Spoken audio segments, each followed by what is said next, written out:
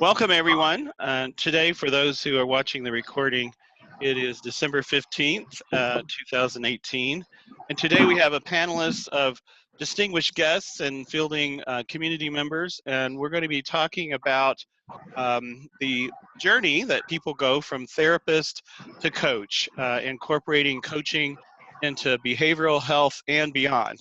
And this webinar is part of our Evidence-Based Coaching Professional Series Webinars, where we're really exploring how coaching can apply to many different fields and be used as a tool to further your career. So today we have a number of guests that have done that successfully, who are both have a coaching background and a therapy background and are active in the coaching world. So we have Dr. Pam Van Dyke, we have Barbara Mintzer-McMahon, and Dr. Cynthia J Hardwick.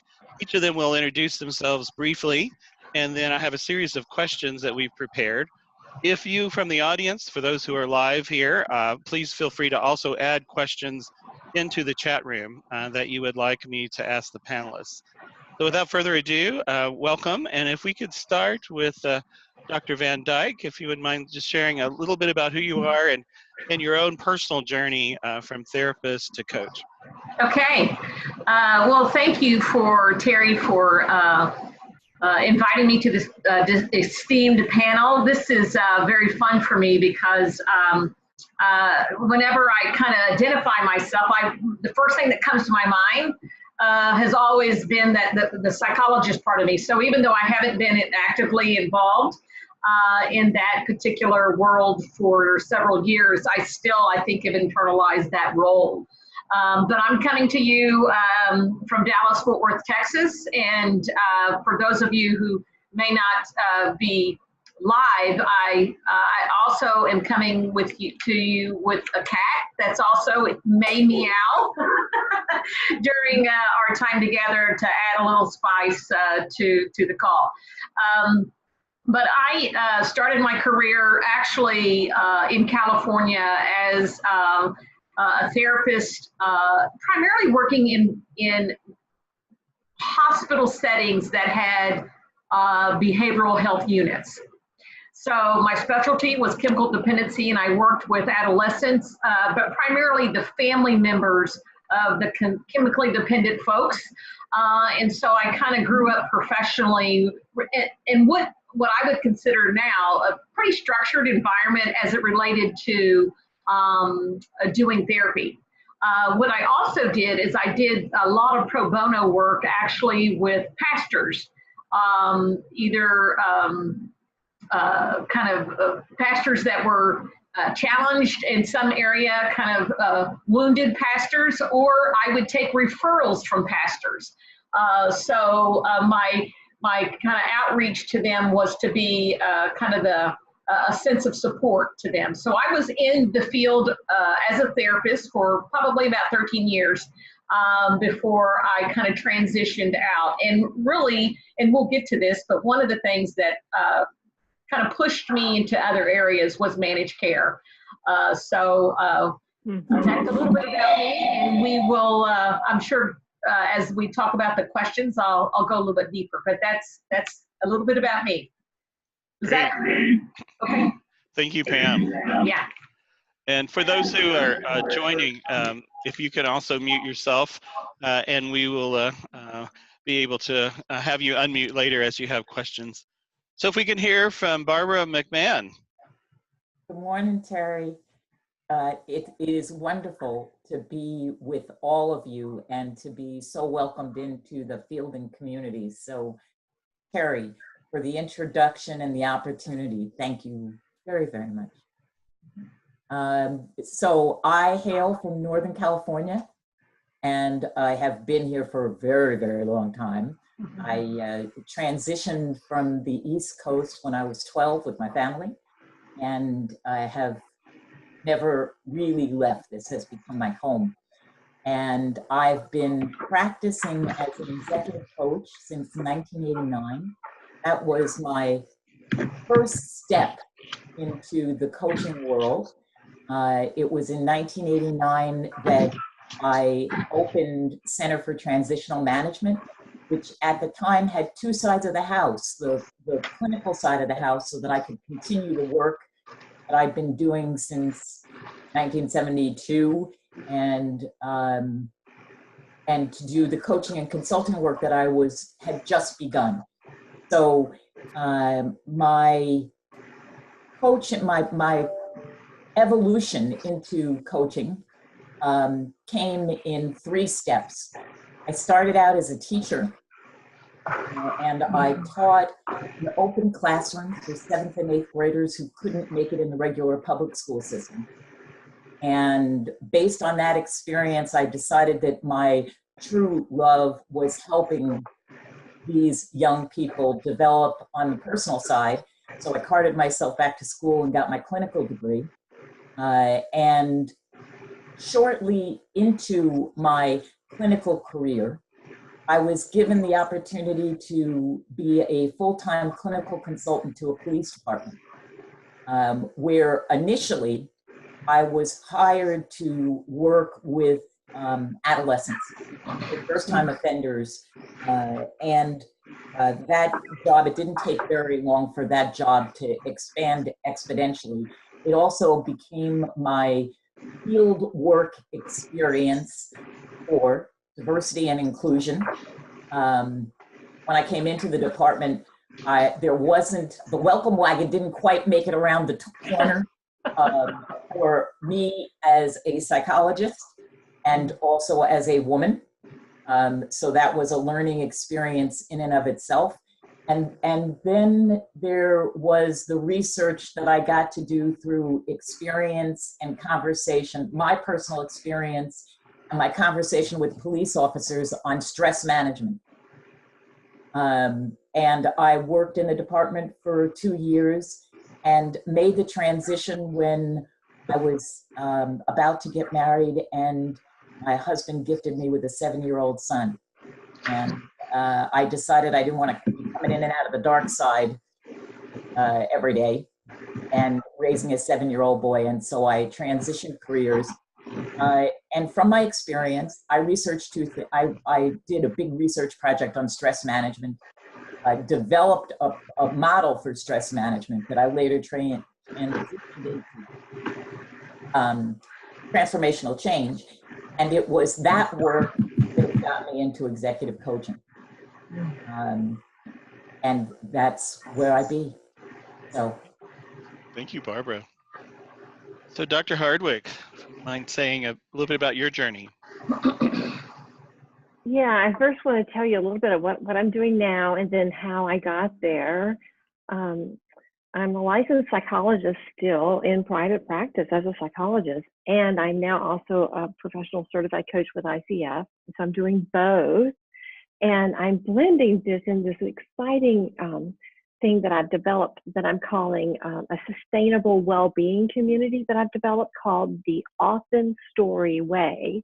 And it's a community that moves professionals and practitioners from a strive and drive model to one of greater well-being where they can flourish and flow in their lives and their work. And it's just been a wonderful creative experience. And currently I'm developing a CE model, and I've been verbally authorized for 15 CEs for this group that I'm taking through this process. And just to clarify, that's continuing ed, is that right? Yeah, continuing ed and CME as well. There's some medical people and some psychology and therapists, whatever, in this group. But I'm also, those people are re-upping for January, but I have a new group that's also beginning in January of just regular professionals that are not practitioners. And so in my research, I find that that well-being is inextricably linked to resiliency and to buoyancy in professionals and in practitioners, and that directly relates to the bottom line, of course, in organizations. But backing up here, I began my practice in 1980 as a 25-year-old with a master's degree who was such a baby and knew nothing. And I said, oh my God, I have to go back and get a doctorate because I don't know what I'm doing. You know, that's how I felt at least, and graduated from fielding in later in 1990. But I've been practicing, I figure, at least 50,000 hours in the therapist chair.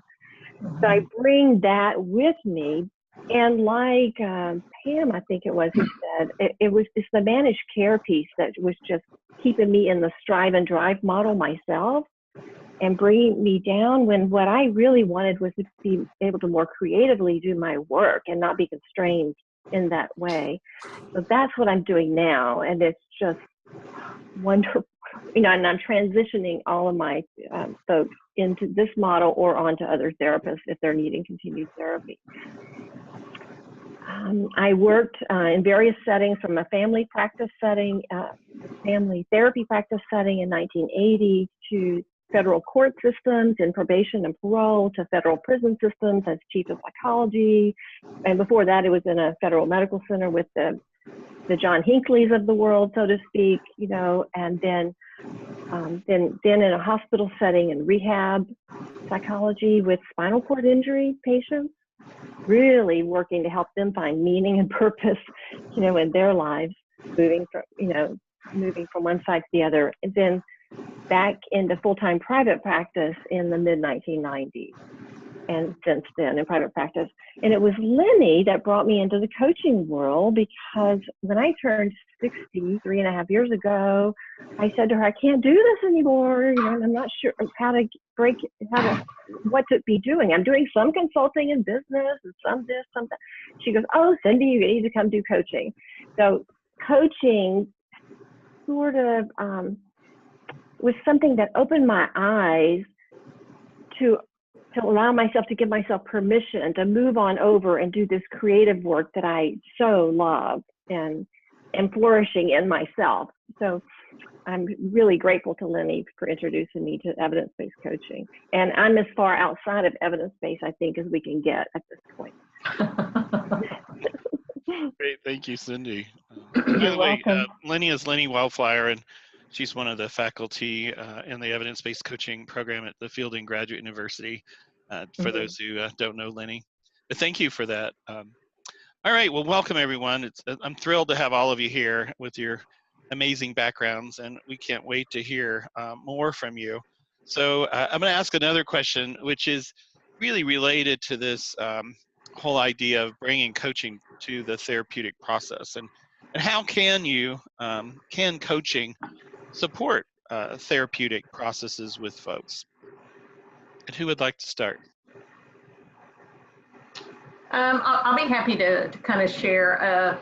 You know, what I have found in the years that I have kind of integrate those is that it makes the therapeutic process stronger. One of the reasons why I knew I probably needed to do something different is I had a client that and that was back whenever an hour was an hour. When you came in for a session, now it's, I think, 45 minutes.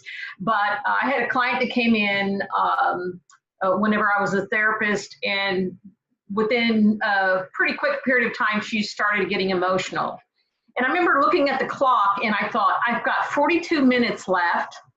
And I just wanted to tell her, look, you know, here's what you can do from an action standpoint that'll probably save you about 6 months of therapy, if you know. And I thought it's probably time to maybe make a change, because I was wanting to get into action. And so because I had seen the therapeutic process was helpful, and for some folks it's absolutely necessary to kind of hang out in the past, to work through that, to process it, and so forth.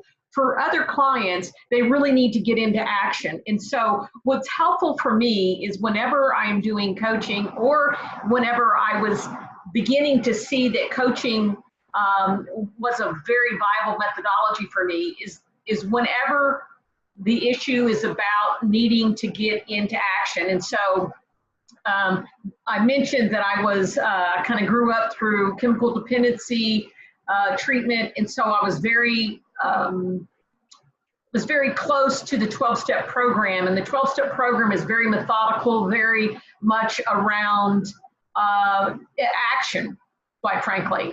And I could see how people were able to shift and move and really make some changes in their life by following a process.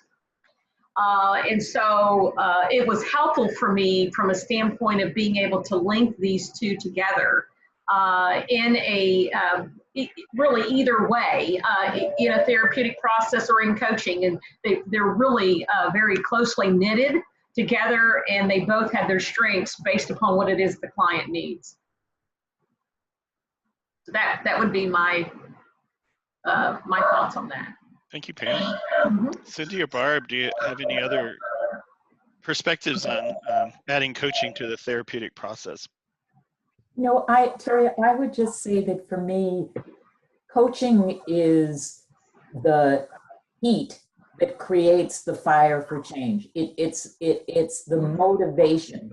That in coaching, we say, you know, dream about the ideal state, dream about possibility, and that when we can help clients get the clarity on what's possible, it motivates them to do the hard work and to take those deeper dives.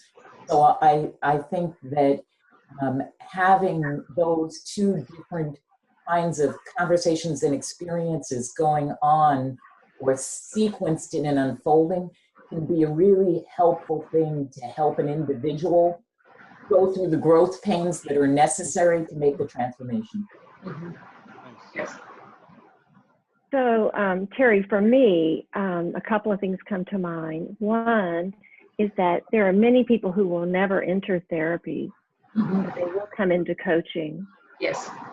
And if you think about, often therapy is doing the deep dive into the pothole that they have fallen into in life, or that they keep falling into. When we go in and go to the bottom of the pothole and start mending it, helping them find out what that's about and filling it in, and so that maybe eventually they no longer have a pothole to even fall into. In coaching, we tend to, those folks aren't interested, at least initially, in diving into that pothole. They just want to know how to get around it. They don't even know there is a pothole. So when they want us to teach them how to find it and how to avoid it and how to, some skills to move forward around it. And usually that's all that they want. Now, some do want to go more deeply, and you know, we can take them there, or we can refer them if we're not a therapist or we don't want to be doing therapy. Then I would refer them forward. And another thing, way that it's, you were saying, how is it helpful with therapy, is for those who are doing evidence-based work, you know, around a process like DBT, for example, is the first one that comes to mind, dialectical behavior therapy. It involves a training process that is specifically coaching-based. So there is a therapist and a coach who is coaching these clients to learn new skills in their life. And so coaching has been an integral part of therapy in that regard. In fact, I would say all therapists pretty much are coaching in some kind of way. Not all coaches are therapists. Yeah. Yeah, I would dovetail with that. I mean, just in my own journey, having been involved both in therapy and having been coached, is that based upon the skill set of the practitioner, you know, there have been flavors of both. And, you know, I think for those of us who have been in the field for a long time, you can pick up on whenever someone is using maybe a coaching approach versus kind of a therapeutic approach. And so to me, it is such a nice addition to what I can offer my clients, is the ability to really do both. Based upon what it is that the client needs and quite frankly, what the client presents. You know, and I want to add something quickly. What I realized after I got into Lenny's coaching program, that I've been coaching all along and didn't know it. And that was why certain psychiatrists were referring to me, because that's what they wanted for their clients, but they didn't know those words either. Yeah.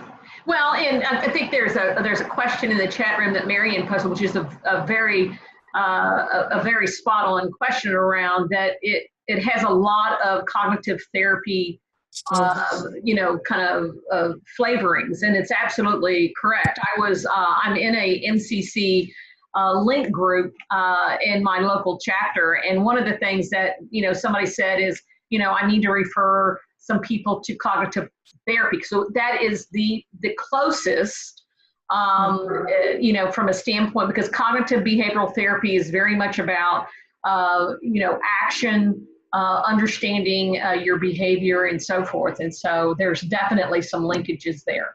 Yeah. In fact, cognitive behavioral therapy is one of the tools we actually teach in the evidence-based coaching program. We call it cognitive behavioral techniques, since it's not technically therapy, but using some of the same principles that underlying the theories. Yes. Sure. Yes.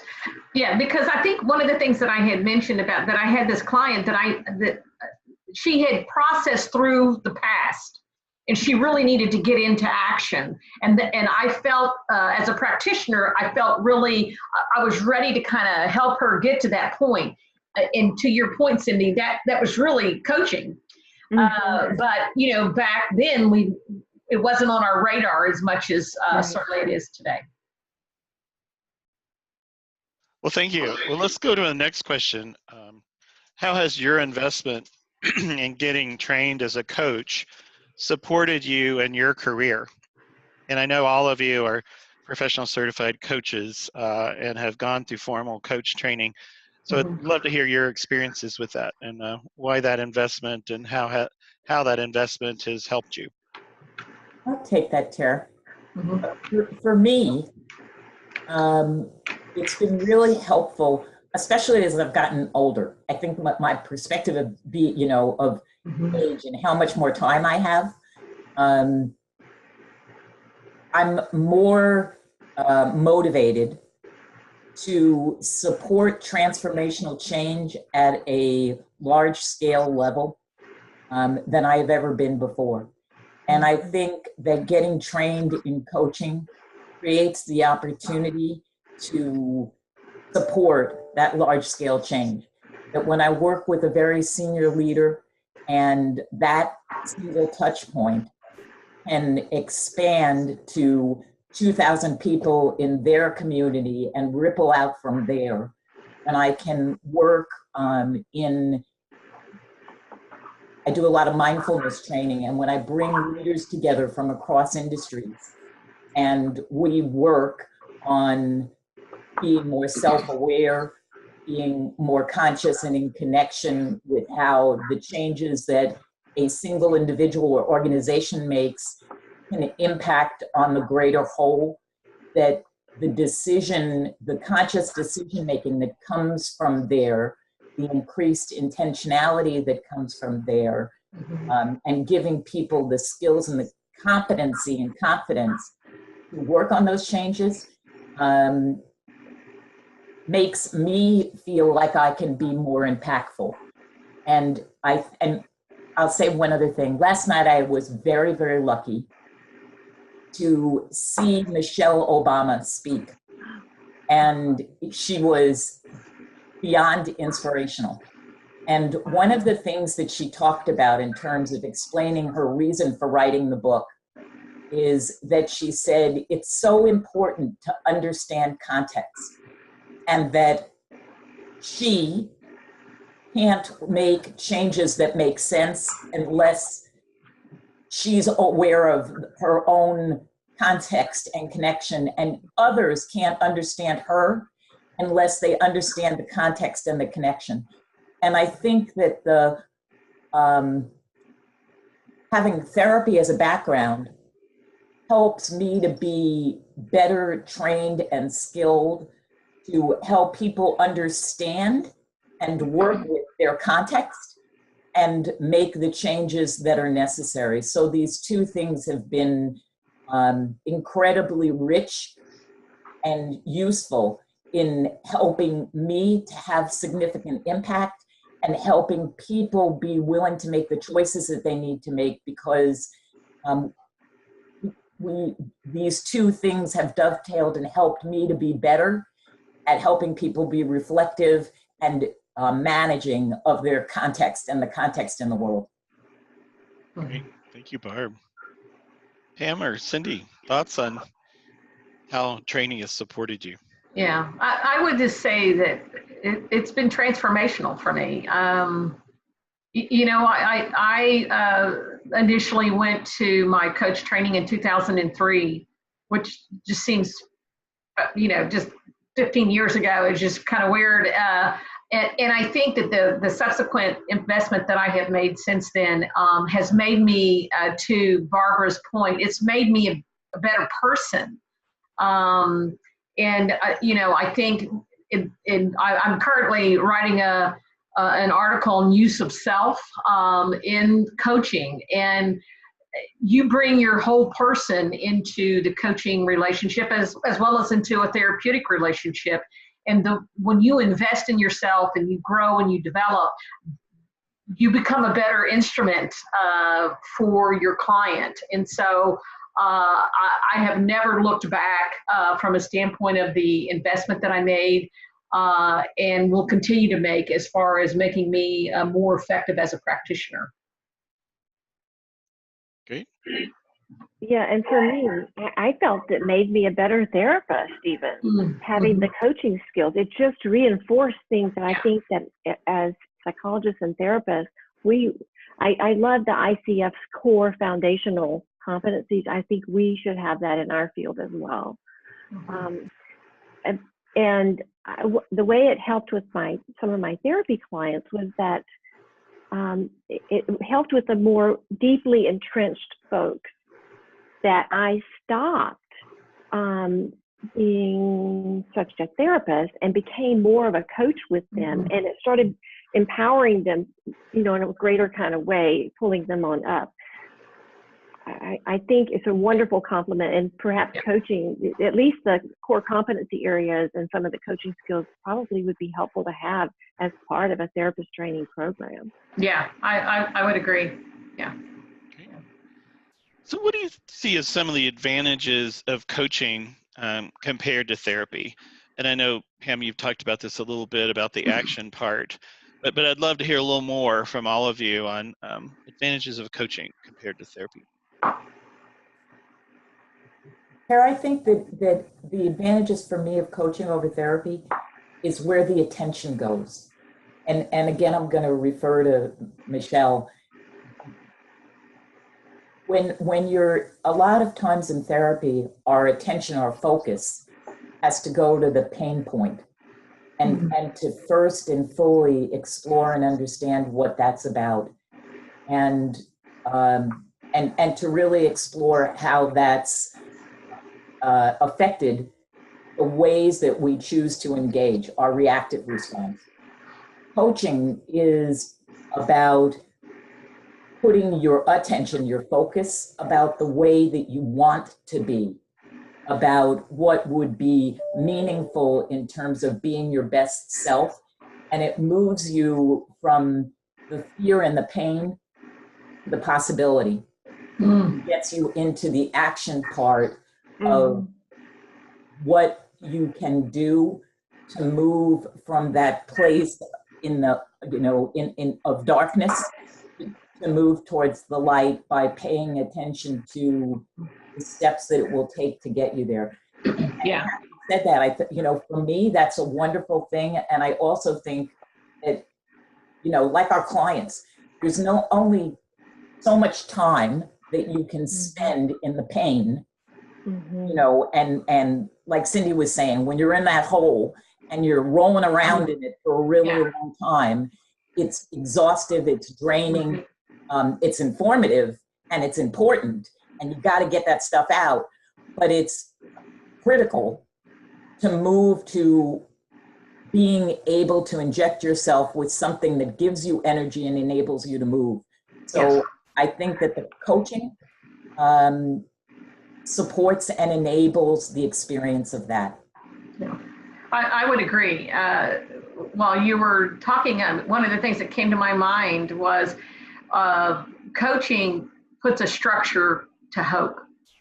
and to possibilities, and that's goodness, right? And so sometimes I think in therapy, and I can think back, my own work helping somebody work through something. This is that, to your point, Barbara, that we kind of stayed around. I didn't really have a structure to get somebody kind of to that hope, optimistic opportunity, future space as much as now I do, because I have a framework with coaching that allows me to help that person get to that leap. But it's almost like it provides that framework for the future possibility. Yeah, and dovetailing on what both of you have said, both Barbara and Pam, I find that therapy, is dealing so much with the suffering and the adversity, and like you said, they get stuck there. And I think what coaching is doing is taking folks and helping them move from suffering to joy, helping them move from adversity to finding the gifts from the adversity, helping them have the optimism, right? Helping them move from a scarcity model, scarcity of time, money, resources, to an abundance model. It's more like, in a way, positive psychology, or certain portions of positive psychology, in terms of focusing on what is right, or what we can pull from here and grow from, and using our mindfulness skills to help them do that, to access the curiosity and the compassion to move in that way.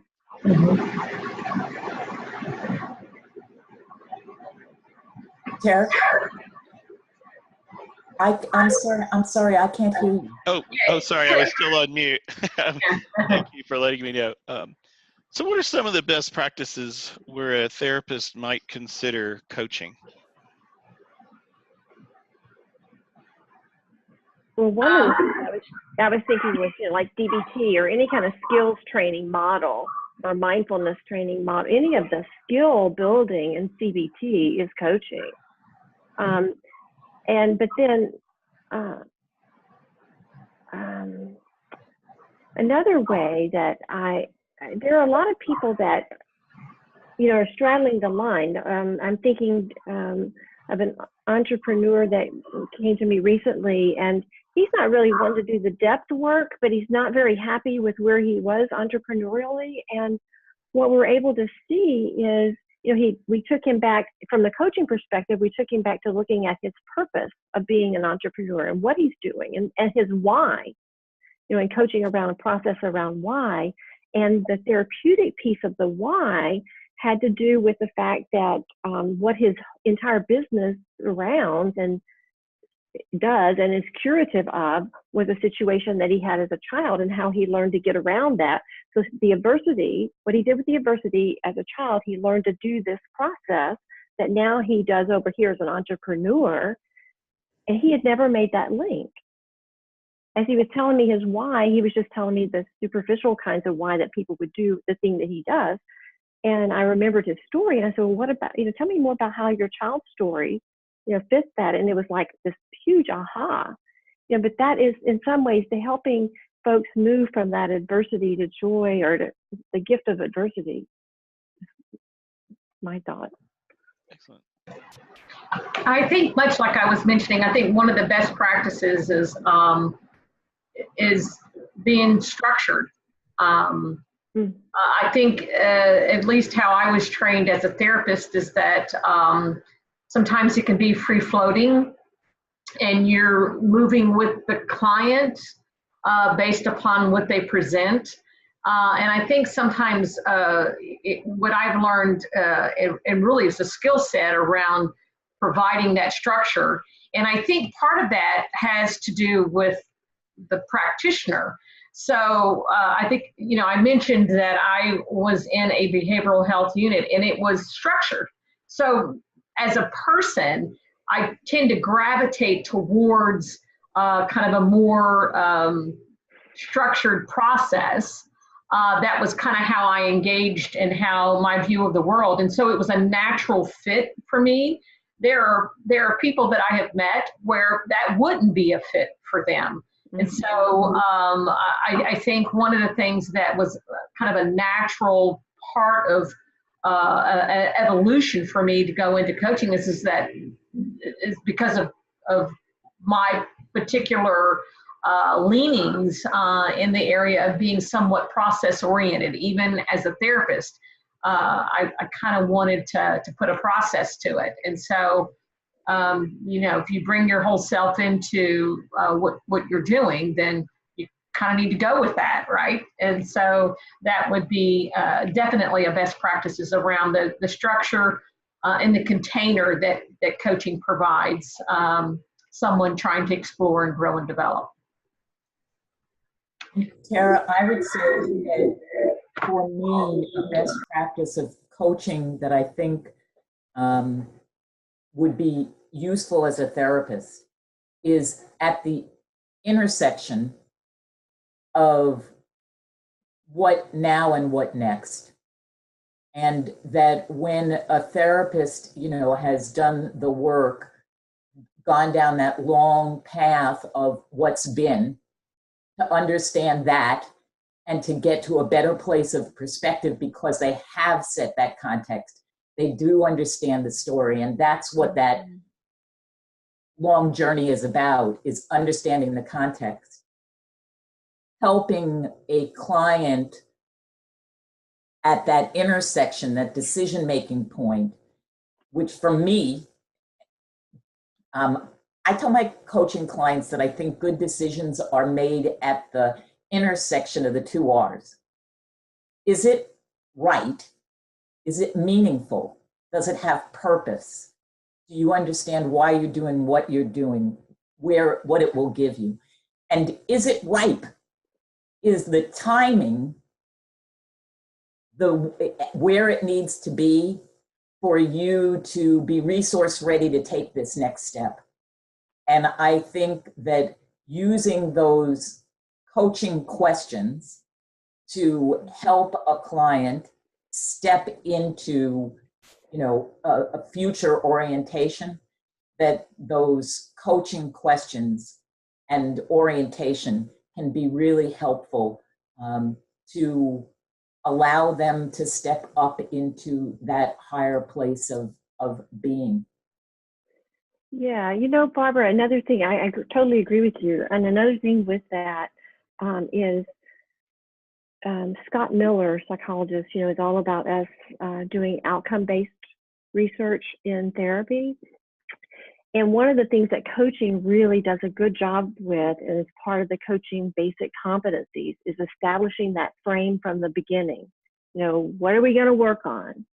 And how are we going to get there? And then did we get there? And, so the client can even see, right?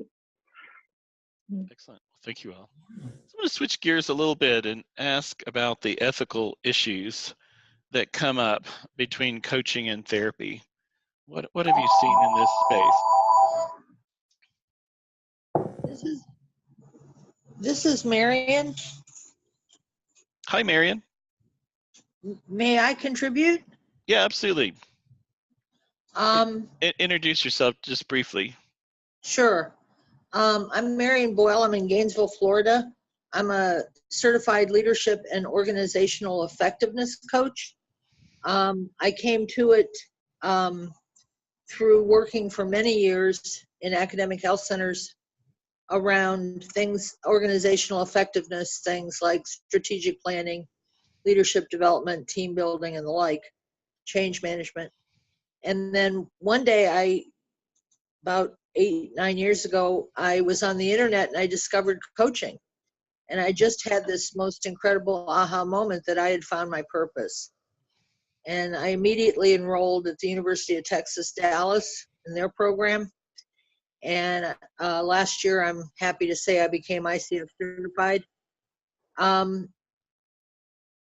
I'm here today because I try to take advantage of any opportunity I come across for more learning around coaching. Great. But one of the things that's interesting to me is, as a coach, I'm not a therapist, never have been. We are instructed very strongly that if we feel someone needs therapy rather than coaching, or in addition to coaching, that we're to refer them. We're not to try to intervene in a therapeutic way. Now there's the other area of consulting. In that area, we're told, well, if someone asks for consulting, or you feel that they could benefit from your consulting, if you ask permission to change your hat in the conversation, you can do that. With therapy, that doesn't exist. And I have to say, listening to you all, I'm a little, I don't know what, envious, I guess, is that you can be a therapist and a coach, but I can be a coach but not a therapist. And it's a very distinct rule in the coaching world about not doing therapy. So I find this all kind of fascinating, and I'm wondering what your perspective is on that. So Marian, I appreciate your... Terry, is it okay? Yeah, just one quick thing. So Marian, I really appreciate your question. I think this is really relevant to this idea of ethics. So yes, let's address this. I think it's a great question. Marian, so let me start there. Thank you. I think it's an asset and an agony, because it is really wonderful to have the knowledge and experience of doing that work. And it's just like my experience living in New York for the first 12 years of my life. You know, you can take the girl out of New York, but you can't take New York out of the girl. The same thing is true of my experience as a therapist. I've been there, it's in my bones. Knowledge has, been an experience, has been incredibly rich and made me a better coach.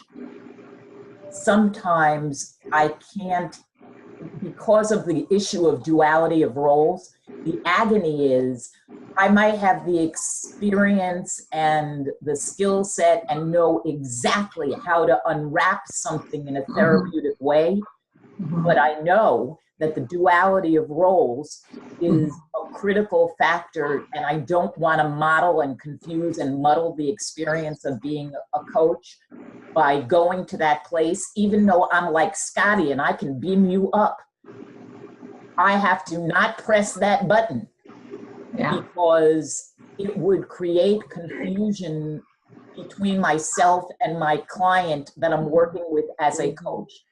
So I have to, even though I know where that door is, I know how to move in a way that will get us into that work.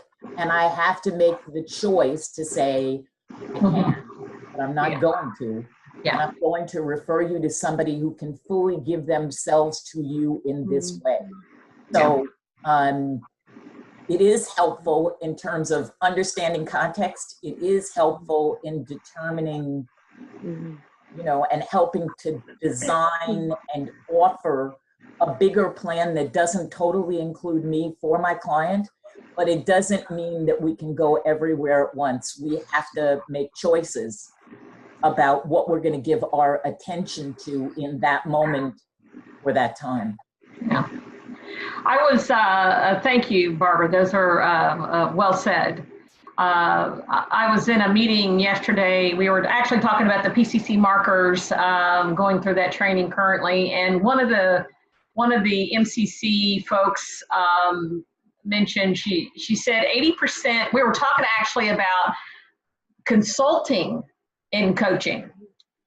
And wearing those two hats. And one of the things that she said, which was very insightful and impactful for me, was 80% of what a coach does is self-manage. And that resonated with me, because a lot of what you're describing, Barbara, is around that we do have to self-manage and know. And so even though we have the skills to maybe take somebody there, Is it appropriate to do so? And are we the right person to do that? And so it's wonderful to have the toolkit, but it's also just as important to know when to use that toolkit.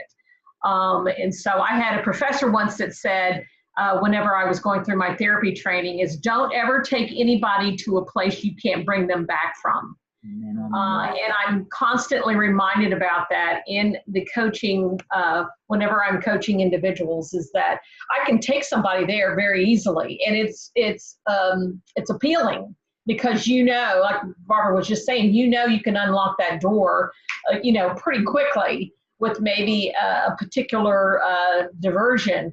But from an ethical standpoint and from a standpoint of just the containment of coaching, can you, if you can take them there, can you really realistically bring them back? And is that really what you're being hired to do?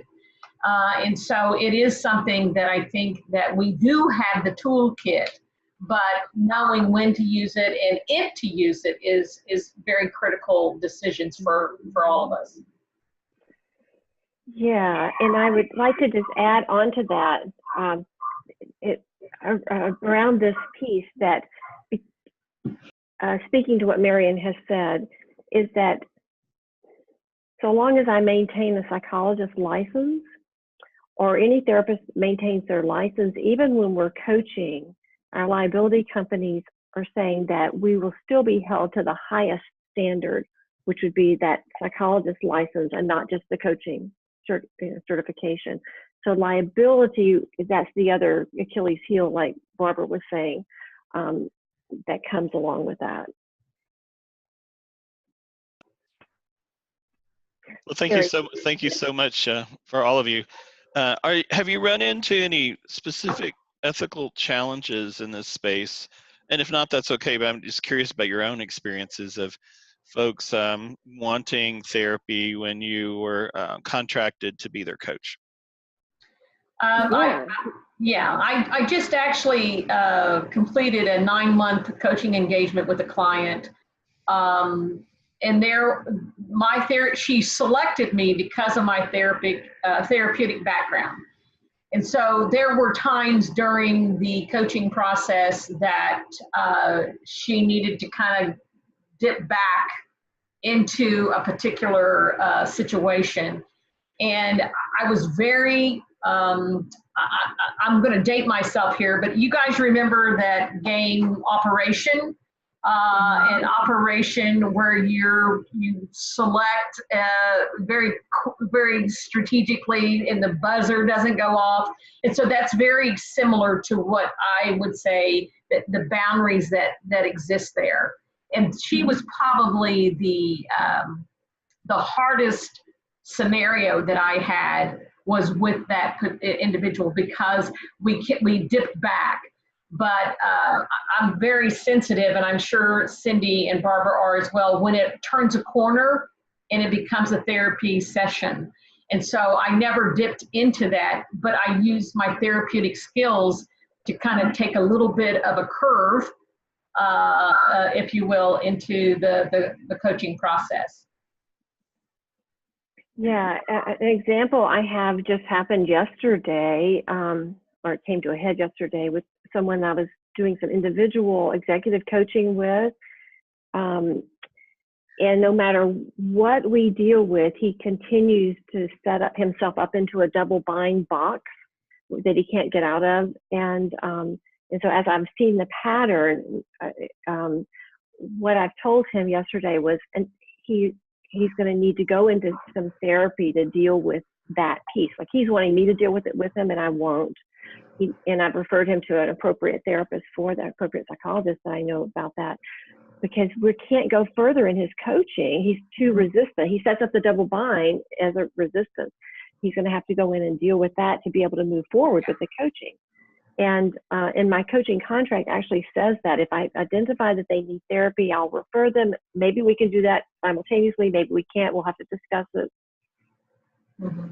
Yeah. Yeah. And I would agree with that, is that it all comes down to, does the client have the ability to work? Mhm.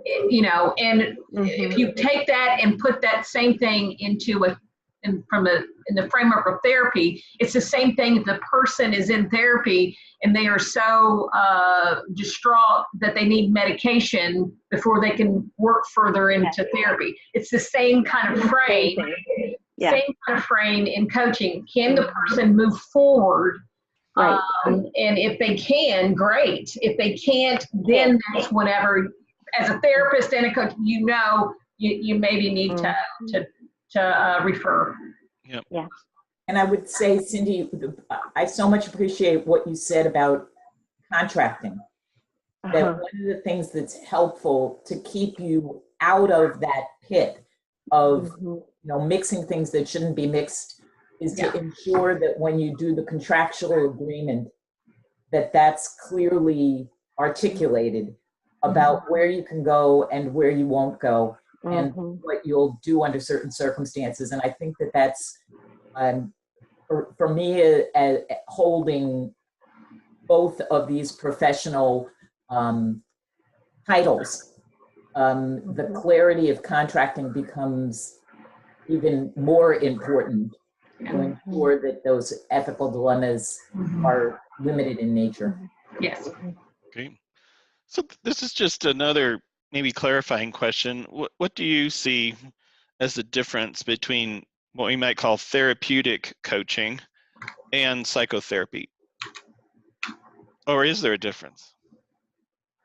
I was thinking about that a lot, Terry, this morning, and my first response was, wow, that's a really good question, and I'm not sure I know. And my second reflection was, I think that therapeutic coaching is about working in the here and now to get a client, a leader, someone that I'm coaching, to be the main author on their next chapter in their narrative. That a lot of clients who came to me in psychotherapy felt like they were in a drama that somebody else drove them into, that they didn't see themselves as empowered and enabled to change, and that therapeutic coaching for me is about getting someone to author their own story. Yeah. Yeah. Beautiful. I think for me, it would be difficult for me not to do coaching that's not therapeutic, because again, I'm bringing myself into it and I have that knowledge. Yeah. So I think it comes in the types, for me, it comes in the types of questions that I'm asking in the coaching process. Because I will disclose this up front to someone, that that's the filter or the framework in which I operate and my roots.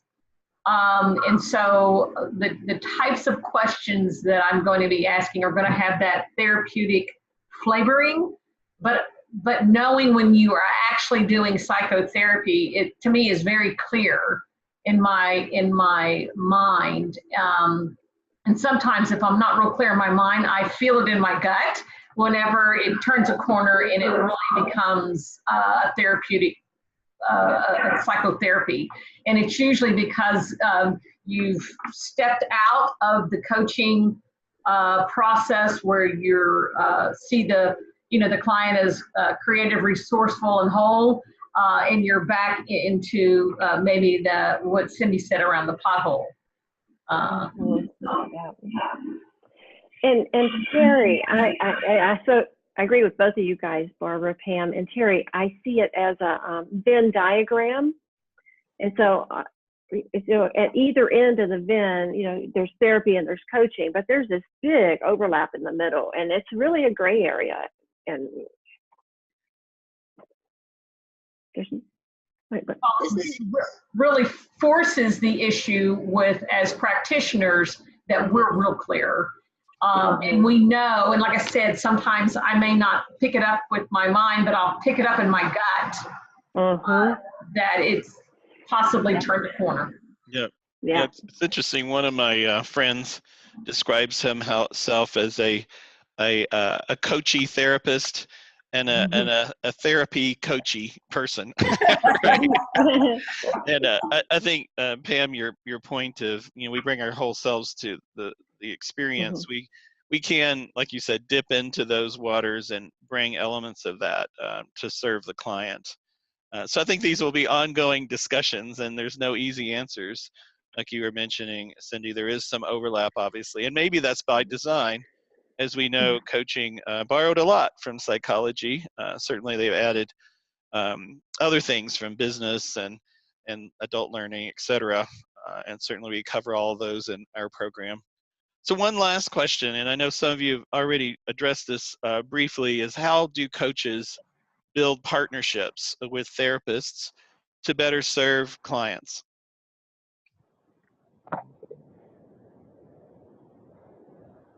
I think for me, I can speak for myself, and I think Cindy mentioned it too. You keep learning, and part of it is knowing what's going on in each industry. We owe that to our clients to stay current, to stay relevant, and to stay aware, and to continue the process of staying up to date with ourselves. And so I think the partnerships it is really welcoming each into the tent. It's the same thing with consultants, working with just management consultants, or I think Marion said with trainers or teachers. We have embraced each other to learn from one another. That, to me, the partnerships should be absolutely ongoing throughout the process. I would just leverage everything that Pam said and remember what Hillary Clinton said. It takes a village. Yeah, it takes a village. And we need to clearly make the distinction between what the value add is of our contribution and what we're going to enable others to be able to engage in and help our clients to, be the human GPS system that says, take a right at the next turn and get yourself to a therapist, and allow those distinctions to be clearly made and supported, because that will maximize the opportunity for fully enabling the individuals we work with to reach their potential and to sustain it over time. I would agree. Yeah, I agree with both of those. I mean, I maintain a referral list of therapists, especially if I'm doing organizational work, because often, that'll come in so that they know where they can send their folks. Great, thank you. As well. So we'll give each of you a moment to add any closing remarks, any words of wisdom or advice you might have for any other therapist that is considering adding coaching to their career or to their practice. Who'd like to add their closing remarks? I think for me is that it can, and I think we've all said it in our own way, it makes you more effective. Whether you decide to continue on as a therapist or you want to do coaching, it's just that it strengthens each other as an instrument to working with your clients. And so, like I said, it was transformational for me, absolutely. And I feel like it's made me a better practitioner. Thank you, Pam. For me, it's helped me to give myself permission to bring my own creativity into my work. I had to do something that it gave me that permission. I was so enmeshed in the managed care world, in the insurance-based practicing, evidence-based, documenting so that insurance wouldn't audit me, right? And I felt it was so constraining. So when I say I'm outside of evidence-based, I really don't think I am, but it's like doing the work in my own creative way that I may not can document for an insurance company, but in the ways that I know are most effective for my clients. Okay, thank you, Cindy. Barb, any final closing remarks? This has been wonderful, and I would just want to say thank you, because and how important it is for the coach to be in conversation with other coaches, and that being a coach helps me remember how important those thinking conversations are. So I guess my final word would be make sure that you have solid thinking partners to really reflect on what now and what next.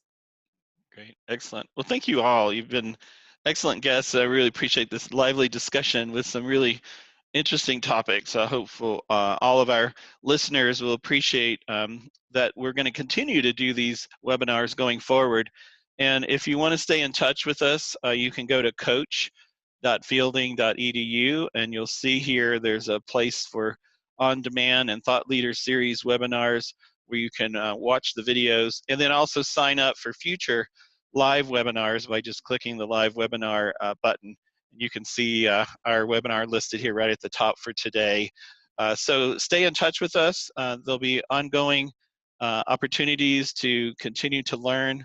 Our next webinar will be in January, and we're finalizing the time and date, and it will be how to add coaching to your career as an HR professional.